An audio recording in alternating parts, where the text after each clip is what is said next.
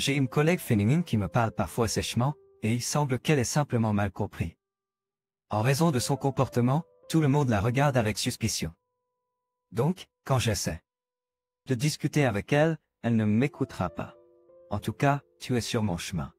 Et puis elle m'a écarté. Elle ne comprend pas sa position. Je me demande si elle continuera à me mal comprendre.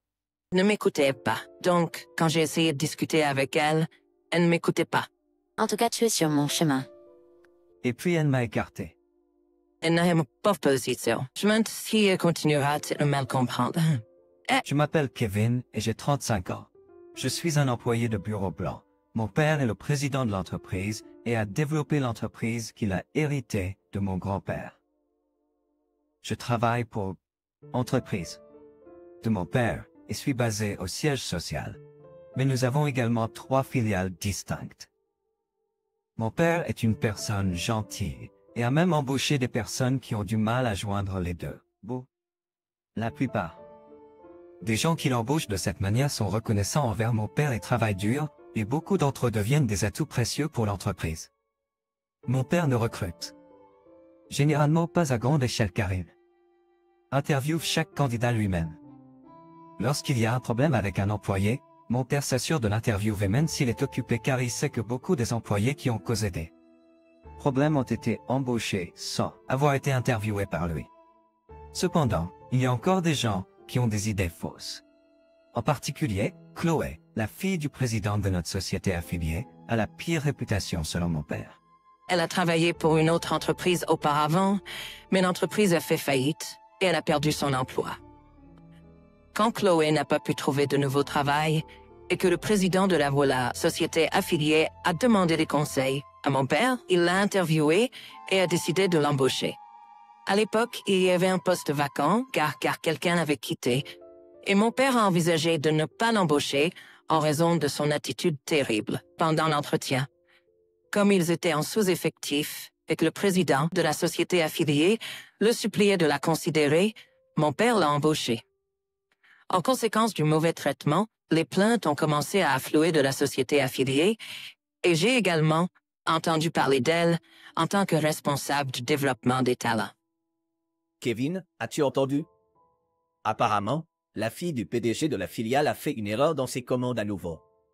En l'entendant, j'ai finalement abordé le sujet avec mon père. Je l'ai informé que les impacts négatifs étaient ressentis par tous, et en conséquence, mon père m'a demandé de visiter la société affiliée. Je suis temporairement là pour offrir un peu de soutien et de direction. J'hésitais, ne m'attendant pas à ce que ce soit moi qui soit transféré, mais j'ai finalement accepté d'être transféré dans la HR. La semaine suivante, je me suis rendu à la filiale. J'ai rencontré Chloé, la fille du président de la filiale, pour la première fois pendant ma visite. Je l'avais entendu dire des rumeurs à son sujet auparavant. Bien que mon objectif principal ait été de guider Chloé, la fille du président de la filiale, j'ai officiellement été chargé de fournir des conseils à l'ensemble de l'équipe. Chloé a le même âge que moi, et elle semble avoir une certaine réputation au sein de l'entreprise en tant que fille du président de la filiale. Elle affiche une attitude méprisante envers les employés plus jeunes et ses collègues, malgré le fait de suivre les dirigeants seniors. Elle affiche une attitude méprisante envers les employés plus jeunes et ses collègues, malgré le fait de suivre les dirigeants seniors. Du point de vue de Chloé, elle ne s'attendait pas à recevoir des conseils de la part de quelqu'un de son âge. J'ai dû réfléchir à ce que je devais faire, et le président de la filiale a finalement annoncé que j'étais l'entraîneur pédagogique envoyé du siège social. Chloé m'a regardé. Elle n'avait probablement jamais pensé qu'elle serait dans une position où elle devrait être instruite par moi. J'ai ensuite essayé d'interagir avec Chloé le plus possible et j'ai progressivement essayé de créer un environnement dans lequel je pourrais l'enseigner. Cependant, cela n'a pas fonctionné. Lorsque j'ai essayé de lui parler, elle a clairement fait une grimace, comme si elle n'aimait pas ça, et je n'ai pas pu avoir une conversation normale avec elle. Quoi? C'est à moi. Elle a dit ça en riant. Je bouillais de colère, mais j'essayais de garder mon calme. Ah, tu es juste ici parce que je suis la fille du président, c'est ça? Je ne peux rien y faire si tu penses comme ça. Au fait, je suis le fils du président de la société mère ici. En un sens, c'est toi qui dois m'être agréable. Je maudis intérieurement, mais je parviens à tolérer. Le président de la filiale sait que je suis le fils du président, mais il garde le silence à ce sujet. Heureusement, mon nom de famille est commun, donc personne ne semble se demander s'il s'agit du même nom de famille que le président de la société mère. Qu'est-ce que tu es ici? Je ne veux pas entendre d'excuses. Tu es juste encombrant. Malgré avoir expliqué pourquoi je suis venu ici, Chloé semble ne pas avoir de compréhension de sa propre position. Le lendemain, je suis tombée sur Chloé qui passait une commande et j'ai remarqué qu'elle ne suivait pas les règles établies pour vérifier les commandes. Assure-toi d'obtenir une confirmation de ton supérieur lorsque tu passes une commande. Comme je l'ai remarqué avant qu'elle ne puisse appuyer sur le bouton de commande, elle a répondu par un TSK de la langue. Vous n'avez pas besoin de confirmation pour quelque chose d'aussi simple. Mais c'est une règle pour prévenir les erreurs. La session de questions et réponses a continué. Chloé n'écoute pas. Cependant, comme je savais qu'elle avait commis plusieurs erreurs de commande, j'ai naturellement haussé le ton de ma voix. J'ai entendu dire que tu avais fait une autre erreur en passant une commande l'autre jour, et je me demandais pourquoi tu continuais à faire des erreurs, mais maintenant, je sais pourquoi. Vous n'avez pas besoin de confirmation pour quelque chose d'aussi simple. Mais c'est une règle pour prévenir les erreurs. À ce moment-là, l'humeur de Chloé s'est clairement assombrie. Je suis ici aujourd'hui pour m'assurer que ces petites erreurs sont corrigées. Alors corrigeons-les rapidement, d'accord? Je vais en informer tout le monde aussi, alors Chloé, s'il te plaît, montre la voie et commence à corriger ces erreurs. Avec cela, la cause des erreurs de commande répétées a été identifiée, et si tout le monde vérifie de la même manière, l'erreur devrait cesser. Cependant, après avoir été grondée, Chloé a fait la moue. Ce n'est pas drôle de me faire le bouc émissaire. Tu penses que tu es supérieur parce que tu me grondes, la fille de la PDG? Toi, La voix que j'essayais de retenir est sortie inattendument. Cette personne semble ne prendre de la fierté qu'à être la fille du PDG, pas qu'elle puisse vraiment faire son travail. C'est ridicule. Je n'aime pas comment Chloé me parle de manière grossière, même si je lui ai toujours parlé poliment. Est-ce que je dois vraiment lui faire remarquer? Pense-t-elle vraiment que quelqu'un doit lui dire? J'ai pensé à lui dire, mais il n'y a aucun intérêt à commencer une bagarre ici, alors je me suis retirée. Plus tard le même jour, je prenais un repas au réfectoire des employés lorsque Chloé est venue. Elle a dit « Hé, les travailleurs intérimaires ne sont pas autorisés ici, sors maintenant. » Elle semblait être venue spécifiquement. Bien sûr, c'est le réfectoire des employés, donc les travailleurs intérimaires ne devraient pas être autorisés.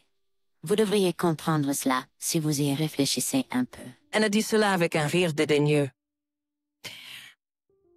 Il n'y avait pas de tel règlement dans notre entreprise. Les travailleurs intérimaires sont également une partie importante de l'entreprise et il ne devrait y avoir aucune discrimination entre les employés réguliers et les travailleurs temporaires ou les travailleurs à temps partiel en termes de traitement. Je ne suis pas un travailleur temporaire, alors pourquoi continue-t-elle à me méprendre? Je l'ai dit à Chloé que je ne suis pas un travailleur temporaire, mais elle est partie en grommelant. Je me suis sentie mal à l'aise. Mais Chloé, avant de l'entendre, puis elle parler de cette façon. Maintenant, je comprends la raison du taux de roulement élevé des travailleurs temporaires qui se produit récemment. Les problèmes de la filiale de l'entreprise deviennent apparents. Je dois rassembler un dossier et je le remets au président de la filiale. Le lendemain, en pensant à l'avenir, je me suis rendue au travail à la filiale et j'ai trouvé quelque chose qui n'allait pas. Apparemment, l'expédition n'était pas arrivée et les partenaires commerciaux étaient très en colère à ce sujet. Le président du partenaire commercial a même décidé de venir. Tu n'es qu'un travailleur temporaire. Sors d'ici. Je ne suis pas un travailleur temporaire. Je suis un instructeur du siège social. Elle m'a réprimandé de la sorte. La partie opposée est également surprise, et la pièce est devenue calme. J'ai dit au client que c'était la faute de quelqu'un au siège social, c'est de ta faute pour l'erreur. Règle-le rapidement. Présente des excuses. Allez. Elle m'a poussé fort par derrière. Le moment m'a fait mettre mes mains devant moi comme si j'étais en train de m'incliner. De plus, Jennifer m'a également donné un coup de pied au derrière.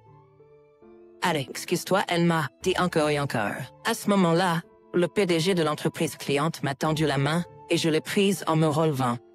Puis je me suis tournée vers Chloé. Je ne suis pas un travailleur temporaire. Je suis un instructeur du siège social.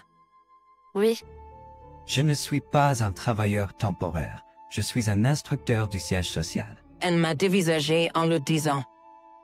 La prochaine personne à ouvrir la bouche fut le PDG de notre entreprise partenaire. La prochaine personne à ouvrir la bouche fut le PDG de notre entreprise partenaire.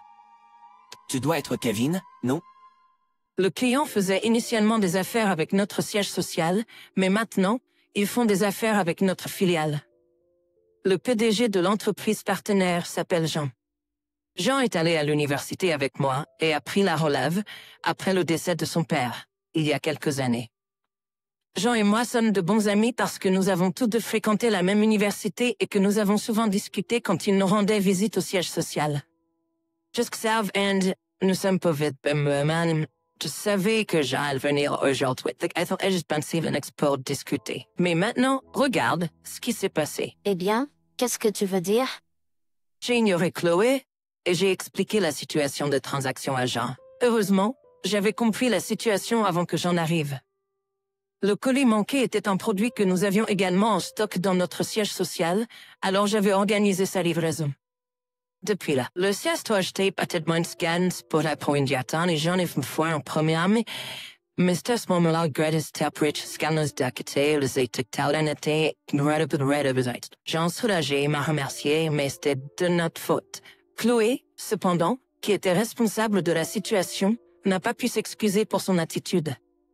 La colère de Jean s'est alors tournée vers Chloé. Tu es respectueuse. Qu'est-ce qui ne va pas chez toi? Chloé a été poussée à bout et était complètement déboussolée.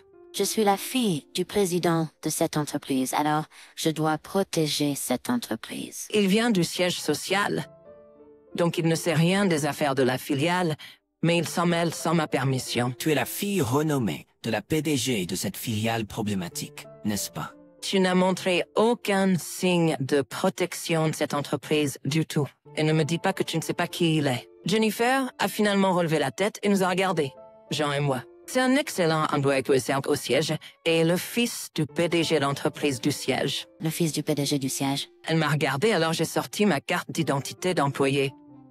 Tu n'aurais peut-être pas été intéressé et n'aurais peut-être pas retenu, mais mon nom de famille est le même que celui du PDG. C'est un nom de famille courant, alors je suis sûr que tu ne t'y grec. Attendez pas. En plus, ma position actuelle n'est pas. Le fils du PDG, c'est un spécialiste de la formation. Je suis venu ici pour fournir des conseils car il y avait des plaintes concernant votre attitude terrible. Le visage de Chloé continuait de s'assombrir. Comme prévu, vous semblez faire ce que vous voulez. Vous tenir le nez en l'air, même si vous êtes la fille du chef de la filiale. Vous n'avez aucune compétence et ne faites aucun travail. Et vous ne voulez pas apprendre de vos collègues seniors, mais vous vous conduisez de manière arrogante. J'ai moi-même vu qu'il est pire que je ne le pensais. Venir ici était votre dernière chance, mais vous avez même échoué à en profiter. En revanche, pour faire quelque chose comme ça devant le client, je n'ai pas l'intention de prétendre que ce que vous m'avez dit et le fait que vous m'avez donné un coup de pied n'est jamais arrivé. Jean a également dit, j'ai tout vu et je peux en témoigner. Alors je suis allé expliquer aux autres employés. Je suis ensuite retourné au siège social et j'ai signalé l'affaire à mon père. Mon père a regretté avoir embauché Chloé et a été influencé par les émotions même. C'est lui-même l'avait interviewé. Par la suite, le père de Chloé, le président de la société affiliée, a également été convoqué au siège social et ils ont discuté de la manière de gérer la situation. En conséquence, Chloé a subi une baisse de salaire en raison du préjudice causé à l'entreprise. Chloé s'est plaint de cela, mais sais-tu quand son père lui a dit de démissionner si elle n'aimait pas? Chloé a apparemment ignoré que sa fille faisait de si terribles choses. Il semble que Chloé ait fait bonne figure devant son père, et comme son père a cru tout ce que Chloé a dit et lui a fait confiance, le comportement n'a fait qu'empirer. Quelques jours plus tard, en chemin pour rentrer chez moi du travail, j'ai été attaqué par Chloé. C'est ta faute. Cela fait mal. S'il te plaît, laisse-moi. Même si je criais, elle ne me laisserait pas partir. Puisque je faisais des heures supplémentaires, mon heure de départ était différente de celle des autres employés, et il n'y avait personne maintenant. J'ai résisté et je me suis préparé à être battu. Qu'est-ce que tu fais? J'ai entendu une voix dire « La voix appartenait à Jean ». Il a tiré les mains de Chloé et m'a aidé. Tu me rends ridicule, pourquoi fais-tu cela? J'ai essayé de protester, mais rien n'est sorti. Puis Jean a commencé à parler. « Tu l'as mérité. Tu dois revoir ton propre comportement avant de commencer à blâmer les autres. » Il a crié fort. « Si tu avais été une meilleure personne, tu ne te serais pas moqué. » Je ne pouvais pas lui pardonner. Et quand je lui ai dit cela, elle s'est énervée et s'est précipitée vers moi. Mais alors, la police est arrivée. Il semble qu'un passant a appelé la police. J'étais soulagée. J'ai regardé la partie de mon bras où Chloé m'avait attrapé et c'était rouge. Chloé a été emmenée directement par la police, et je l'ai remerciée. Qu'est-ce qui t'amène ici? En fait, après que nous ayons rouvert l'autre jour, j'ai commencé à me demander sur mon père. Il m'a contacté et m'a dit qu'il travaillait toujours des heures supplémentaires. Alors, je suis venue demander s'il voulait dîner. Je n'ai pas échangé d'informations avec Tatson. Par la suite, j'ai décidé d'intenter une action en justice contre Chloé. Cependant, le père de Chloé a interjeté appel et nous avons décidé de recourir à une médiation. Finalement, Chloé et son père ont démissionné de l'entreprise et quitté la ville. J'ai également reçu de l'argent de la médiation. Après cela, la famille de Chloé semble s'être installée à la campagne, mais elle semble avoir des difficultés car les voisins les regardent avec suspicion. Une excuse est venue du père de Chloé. Cependant, l'affaire était déjà du passé, pour moi. Après cela, Jean et moi sommes devenus de bons amis et j'ai même commencé à me préparer à mon propre mariage.